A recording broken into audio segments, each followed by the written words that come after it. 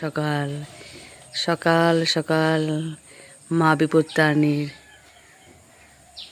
মাকে সকলে দর্শন করো। নিত্য পূজাও হয়, বছরও পূজা হয়। এই মা জাগ্রত মা।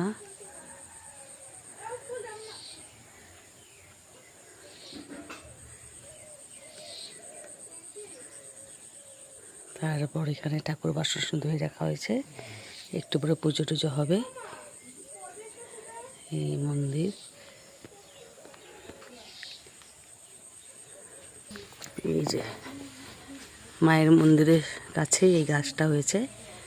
দেখো কি সুন্দর পদ্ম ফুল ফুটেছে, সাদা পদ্ম। এই একটা, এদিকটা তো একটা আছে। এই যে